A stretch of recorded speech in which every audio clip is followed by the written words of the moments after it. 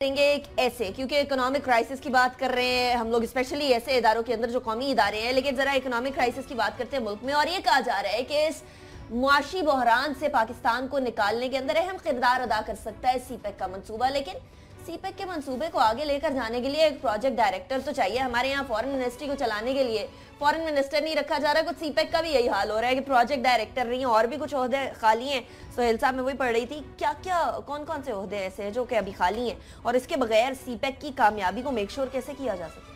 अनिका, देखिए, आज तक हुकूमत खुद सीपेक मंसूबे को गेम चेंजर मंसूबा करार देती है। $1 बिलियन का प्रोजेक्ट है, और उसके बाद ये सिर्फ चंद सालों का, ये एक हुकूमत तक मुहित नहीं है, ये लॉन्ग टर्म प्रोजेक्ट है। और उसके बाद सिर्फ पाकिस्तान के मुख्तलिफ माहिरीन नहीं बल्कि आलमी इदारों की जानिब से इस हवाले से बहुत सारे सवालात उठाए गए कि पाकिस्तान के लिए ये मंसूबा जितना अहमियत का हामिल है, अगर इसके अंदर इसको परफेक्टली टेकअप ना किया गया तो आप इस नहज पर पहुंच सकते हैं कि जो आपकी रकम यहाँ पे जिसे हम इन्वेस्टमेंट कह लें, ये कर्ज आ रहा है, उसको वापस करने के लिए भी पाकिस्तान को मसाइल का सामना करना पड़ेगा अगर हमने बदइंतजामी अपनी जारी रखी।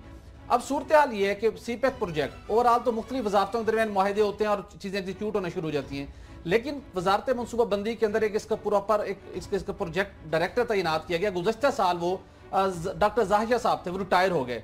उसके बाद दोबारा प्रोसेस शुरू हुआ उनकी तैनाती का, एक और साहब को शॉर्ट लिस्ट किया भी गया। लेकिन जरा ये कहते हैं कि वजीर मनसूबाबंदी और तरक्की एहसन इकबाल साहब का कुछ रवैया ऐसा है कि वो किसी को इतनी जल्दी बर्दाश्त नहीं करते, और उसके बाद जितनी वो डिक्टेशन देते हैं कोई लोग उनके साथ काम करने को तैयार नहीं है। इस वक्त डिप्टी डायरेक्टर हैं हसन दाऊद भट्ट साहब, उनको कायम मकाम प्रोजेक्ट डायरेक्टर का जिम्मेदारियां तफवीज की गई हैं, वो अपने काम कर रहे हैं। लेकिन जो पूरा प्रोजेक्ट डायरेक्टर की जिम्मेदारी होती है बहुत प्रोफेशनल, एक उसको आपको लिए उसके लिए आप पर्सनैलिटी रिक्वायर्ड होती है, वो वहां पर लैक कर दी है। उसके बाद सीपेक प्रोजेक्ट एग्जीक्यूशन फेज के अंदर है, वो पावर सेक्टर की बात करें, हम ट्रांसपोर्टेशन सेक्टर की बात साइड की बात करें या रोड्स की बात करें, मंसूबों पर काम जारी है। लेकिन आप सुनकर हैरान होगी कि वजारत मनसूबाबंदी के अंदर कायम सीपेक सेक्रेटेरिएट के अंदर फाइनेंशियल एनालिस्ट कोई इस वक्त तक मौजूद नहीं है, ट्रांसपोर्टेशन स्पेशलिस्ट मौजूद नहीं है, उसके साथ साथ बिजनेस प्रोसेस स्पेशलिस्ट कोई मौजूद नहीं है।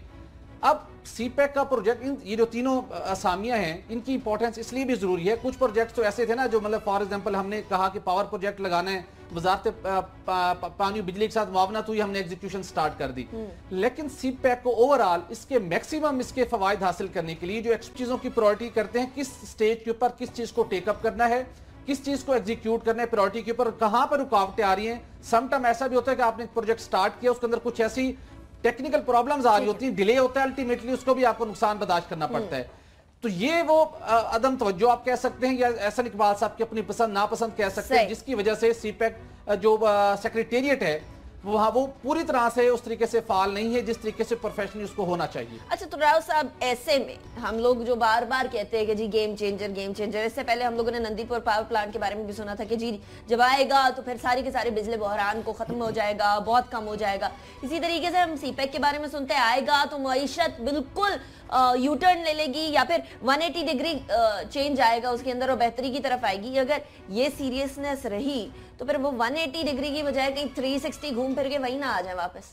बातों के हम बहुत शेर हैं, और मुझे भट्टी साहब की जब बात सुनी तो मुझे अताउल्ला कासमी साहब याद आ रहे थे कि एहसन इकबाल साहब भी शायद उनके नक्शे कदम पे चल रहे हैं कि उनसे बंदा बर्दाश्त नहीं होता, या वो अपनी मर्जी के अलावा कुछ वहाँ होने नहीं देना चाहते।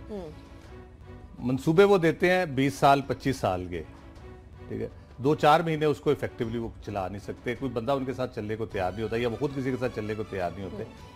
ओवरऑल हमें इसकी प्रिपेयर्डनेस जो है, सीपेक जितना बड़ा मंसूबा है नो डाउट, और जिस किस्म के इसमें प्रोजेक्ट्स होने हैं उस हवाले से हमें ये देखना है कि हम कितने तैयार हैं उसके लिए बुनियादी तौर पे। क्या सिर्फ रोड इंफ्रास्ट्रक्चर बना के हम समझ लिया जी हमने यहाँ से सनक्यांग के उधर ले के शाहराह रेशम को मिला दिया हमने गवादर तक, और रोड नेटवर्क बना दिया, शायद रेल ट्रैक भी बिछ जाए क्या ये काफ़ी है इस चीज़ के लिए? दूसरा, हम पूरी दुनिया में जा के लोगों को कह रहे हैं जी आएँ जी शामिल हो जाएं इसमें, इसका हिस्सा बने, ठीक है, हम खुद कितने सीरियस उस पर, लोग सीरियस हैं, लोग बनना चाहते हैं इसका हिस्सा। बहुत से मुल्कों ने इसमें विलिंगनेस शो की, हमारे पड़ोसियों ने भी की है, लेकिन हम खुद कितने तैयार हैं। वो ये हालत आप देख लें, जो प्रोजेक्ट डायरेक्टर है इतने बड़े मंसूबे का, दुनिया का, ये आप कह लें कि चाइना इसका बहुत बड़ा ये शो केसिंग होगी एक मंसूबे की। वो दुनिया के तकरीबन 47 कंट्रीज के साथ इसी किस्म के वन बेल्ट वन रोड का मंसूबा करना चाह रहा है। पाकिस्तान का सबसे ज्यादा उसका फोकस और सबसे ज्यादा कह लें कि एनर्जी वो इस पे लगा रहा है, क्योंकि ये शोकेस होगा। जब ये अगर कामयाबी से चलता है तो पूरी दुनिया में उनके लिए एक बहुत बड़ी ओपनिंग हो जाएगी। लेकिन ये चाइना का इंटरेस्ट यकीनन होगा। अगर हमारा इंटरेस्ट नहीं है, हम अगर दावे सिर्फ कर रहे हैं कि बहुत बड़ा इससे फायदा होगा हमें माली तौर पे, लेकिन अमलन हम कुछ शो नहीं कर रहे, तो ऑब्वियसली चाइना ने तो ये करना है, वो किसी और मुल्क के साथ कर लेगा। फिर हम बैठे हाथ मल रहे होंगे, फिर हम रो रहे होंगे यहाँ पे बैठे। ये छोटी छोटी चीजों की वजह से हम चीजें, इतने इंपॉर्टेंट चीजें हम लूज कर देते हैं, इतने इंपॉर्टेंट मंसूबे हम लूज कर देते हैं, जाया कर देते हैं अपने सारे पोटेंशियल को।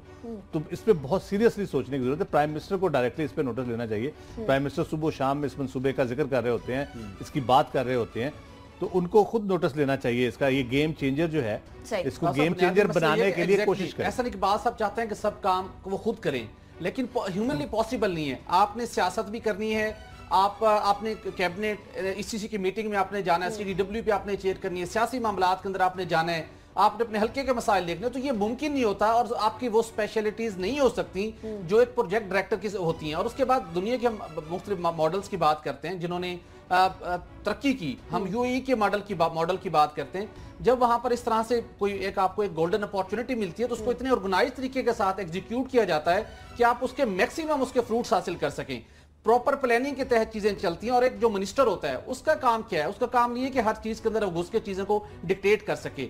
हर फील्ड का एक एक्सपर्ट होता है, उसकी स्पेशलिटीज होती हैं, वो उस चीजों को रन करते हैं। आप मॉनिटरिंग करें, उनसे जवाब पूछें, उनको डायरेक्शन दें, एग्जीक्यूशन और इंप्लीमेंटेशन उन पर छोड़ दीजिए। सब कुछ आप करने की कोशिश करेंगे, आपने चले जाना है। और उसके बाद अल्टीमेटली इसके नुकसानात या इसके जो मतलूबा फायदे हैं, ये तो बर्दाश्त बात है ना कि जब आप माइक्रो मैनेजमेंट करते हैं बहुत निचले लेवल पे जाकर, तो आपका विजन ब्लर होता जाता है। जो एक बड़ा लीडर का जो विजन होना चाहिए, एज लीडर हर चीज को देखना। उसने एक कह ले ओपी जैसे होता है फौज में, जो टॉप पे बैठा था, जो गनों को बता रहा था यहाँ निशाना लगाओ, यहाँ निशाना लगाओ। अगर वो खुद किसी गन पे आके बैठ जाएगा, माइक्रो मैनेजमेंट शुरू कर देगा, तो एक गन तो ठीक चलेगी, बाकी जो 12 गन्ने उसने चलवानी है वो कभी ठीक नहीं चलेगी। क्योंकि माइक्रो मैनेजमेंट का तो ये फेलियर है। आपका ये मशवरा जरूर पसंद आएगा। ठीक है, लेकिन इतना जरूर है कि इस मंसूबे को, सीपेक मंसूबे को किसी भी तरीके से गैर संजीदगी से नहीं लेना चाहिए, क्योंकि ये मुल्क की मईशत के लिए अगर वाकई में गेम चेंजर है, और हो सकता है इसके ऊपर आने वाले इलेक्शंस भी लड़े जाएं, तो फिर इसकी तरफ ज्यादा ध्यान देने की जरूरत है। इसकी सिक्योरिटी हो, या फिर इसके बिजनेस एनालिसिस के साइड हो, या फिर इसके प्रोजेक्ट डायरेक्टर की जो है वो लगाना हो, वो तमाम चीजों को सीरियसली लेना होगा। सिर्फ रोड डेवलप कर देना और उसके हवाले से ह्यूमन रिसोर्स डेवलप ना करना, ये भी एक बहुत बड़ी गलती होगी। अगले टॉपिक